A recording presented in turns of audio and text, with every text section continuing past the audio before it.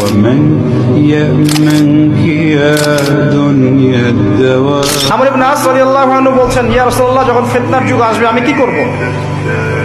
নবী সাল্লাল্লাহু আলাইহি ওয়াসাল্লাম বলছেন, তখন তুমি কম কথা বলবে। এক নাম্বার, তুমি বেশি মানুষের সাথে কথা বলবে না। 2, তুমি বেশি মানুষের সাথে মেলামেশা করবে না। 3, তুমি ঘরে থাকবে, বাইরে বের হবে না বেশি বেশি। আর 4, তুমি ঘরে বসে বসে তোমার গুনাহের জন্য কান্নাকাটি করতে থাকবে।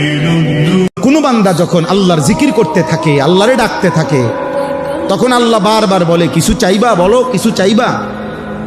তো ওই বান্দা যখন আর চায় না, কিন্তু আল্লাহরে ডাকা বন্ধ করে না, তো হাদিসের মধ্যে আছে আল্লাহ তাআলা তখন বলে, আচ্ছা বান্দা, তুমি আমারে ডাকতে থাকো, আমি তোমার প্রয়োজন পূরণ করতে থাকি।